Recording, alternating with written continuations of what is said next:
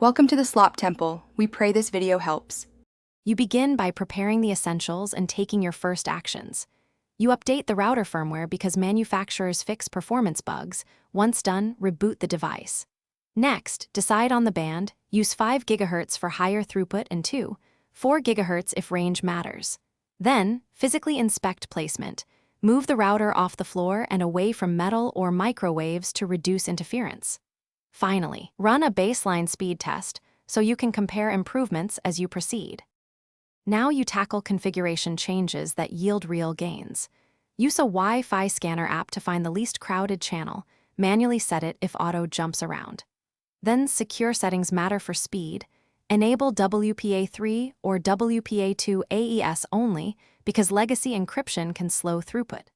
Adjust channel width, narrow on busy 4 GHz, wider on 5 GHz for higher link rates. Also check transmit power and beamforming options. Make incremental changes and retests. Finish by deploying placement and rescue steps to lock in improvements. Position client devices for clear line of sight and add a mesh node or wired access point where needed. Make sure Ethernet backhaul is used if available. Configure CoS to prioritize video or gaming traffic and turn off unused radios like guest networks.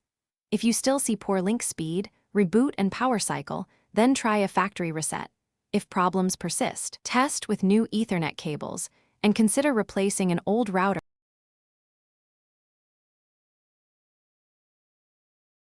Thanks for watching. Consider subscribing if we helped you.